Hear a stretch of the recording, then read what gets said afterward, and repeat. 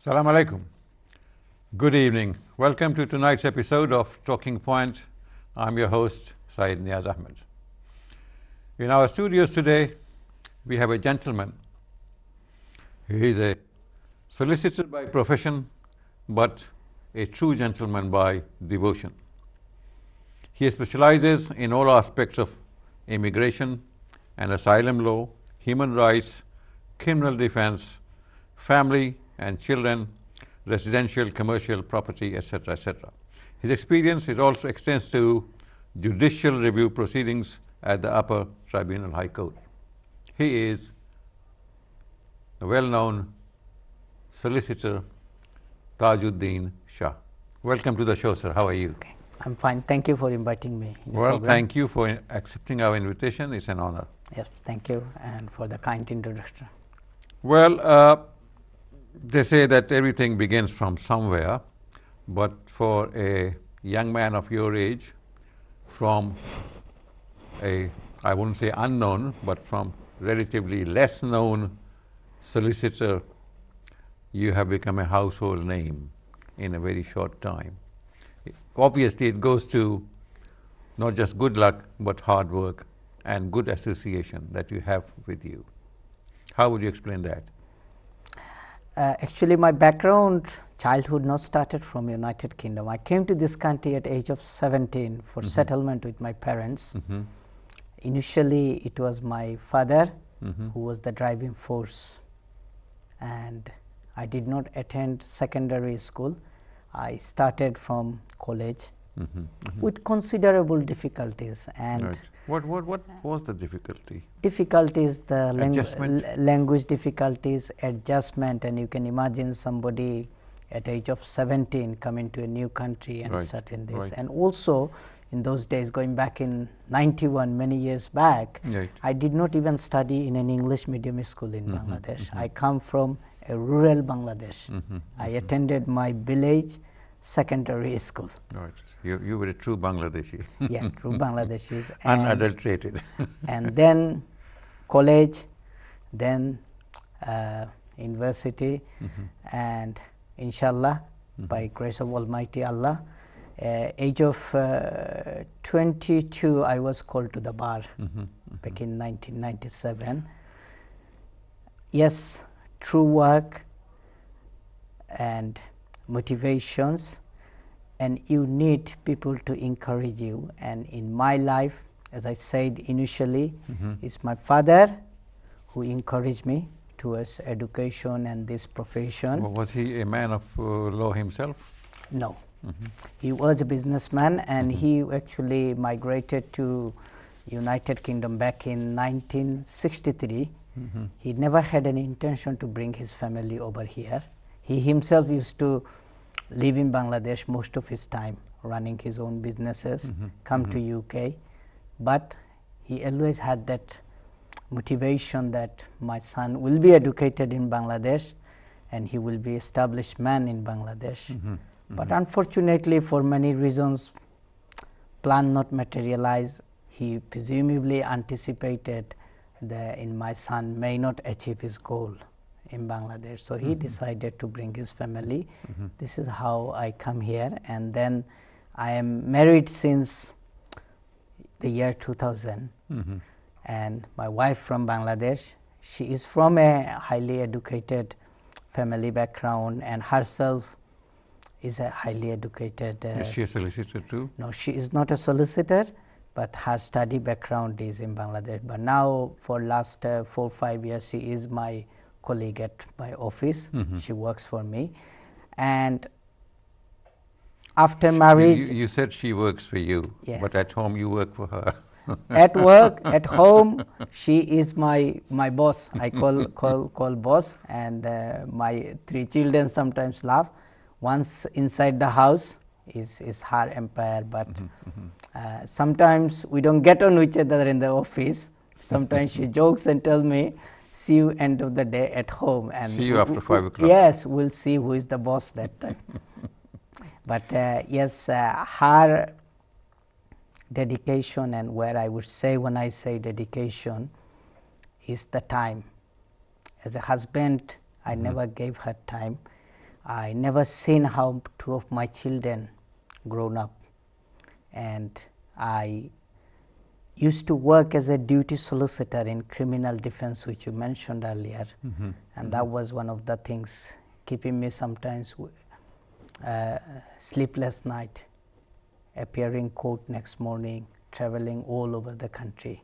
So this is how it started, and before I started my own practice in 2002, I worked for a number of organizations, renowned solicitors firms, including Tower Hamlets Law Center, and 2002 I started the actual foundation of today's Taj Solicitors, working from home.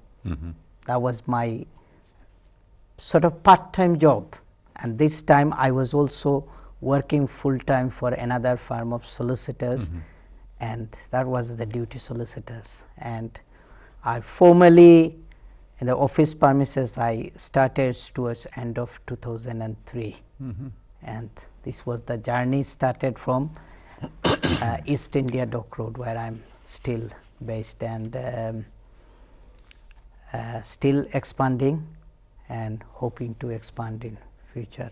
No, funny you mentioned East India, because this terminology, East India, has been the foundation of many things. You see, the British Empire, the East India Company, the good company is called. Yes, it's a famous road in East London, very famous road, East India Dock Road, which we call A13, and anybody passing through A13, nobody can miss Taj Solicitors. It's one of the icon of this street, and this is where my head office is based at the moment. It sticks like a sore thumb. Nobody can miss it. Yeah. You have been involved in the business of providing advice to people who come to you, legal advice. And I'm sure that like every doctor, every engineer, every writer, every journalist, those who have been in their profession for some time do come across something very remarkable. And particularly for solicitors, they do come across a case or two that becomes the benchmark, the landmark of their career. Do you have anything to look back to or recount? Look back, my first success, if I say, started, that was in 2006, when I myself advocated a renowned case on intention to return, and that was in relation to sector-based work permit scheme. And it still remains a piece of law followed by the lower court and the Home Office in terms of deciding intention to return test, which is which touch many aspects of the areas of immigration law. And following this guidelines case, and one thing I can look back and proudly say, there are hundreds of Bangladeshi young boys were able to come because based on this case, their appeals were allowed, and today many of them are one way or another regularized their positions, because under the sector-based schemes, mainly the Bangladeshi origin people came in to work in Indian restaurants, and as of 2018, I can proudly say in my system I have listed in excess of 7,000 Indian restaurants alone. They are my client, and I deal with all aspects of their matter, range from immigration, family, landlord-tenant dispute, business dispute, tax problems, and they remain my client. Look back again in 2013, that was another remarkable what I say definition in the immigration law, recourse to public funds. What is the definition? Who can claim it and who cannot claim it? And I fought this case myself as an advocate.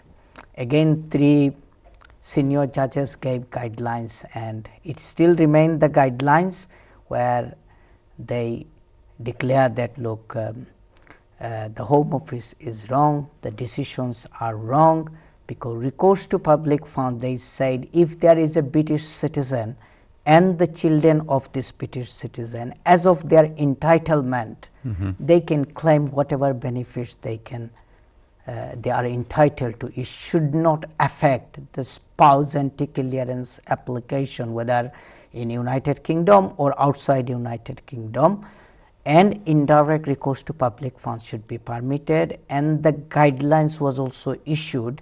This was the judgment. Yeah, that was the ratio decidendi of the judgment, the principle, and inshallah it's a good law. And in a legal journal, some other, the Solicitors Weekly Journal is published. In an article, one QC, senior barrister, wrote, it is remarkable that the 19 years disputed piece of law was settled by a high-street solicitor's firm, and himself is a solicitor, and is eventually settled, and the court issued guidelines. Between 2014 15, 5 times I compel the Secretary of State, which was at the moment now our current Prime Minister, and she was then Home Secretary. I wrote to her and her Immigration Minister directly, and I said, your application forms and certain policy, they are not consistent with the law and they need to be changed. That include also a British citizenship application form, which we call AN forms. They agreed, they amended application forms.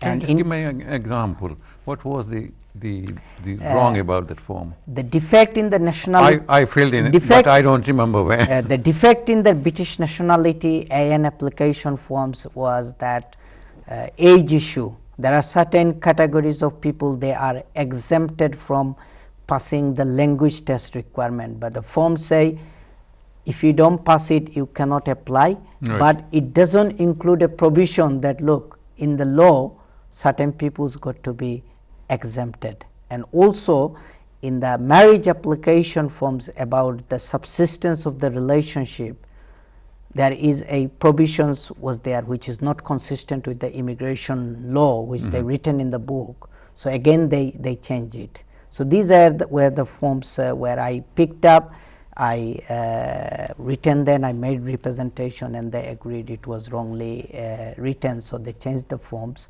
And in terms of taking cases, obviously I have many corporate clients, private clients, but if you ask me, the renowned case I became involved is I represented a ex-member of Dubai royal family, or ex-girlfriend of current chairman of Emirates Airlines.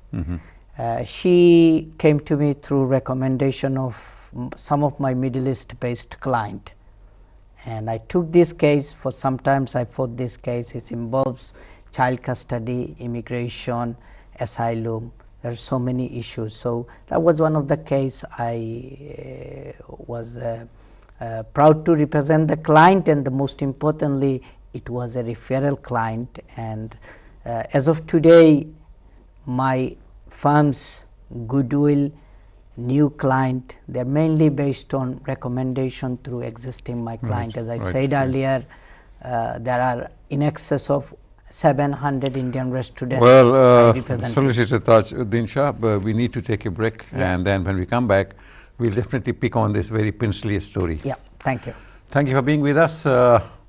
We'll be back after this. Thank you.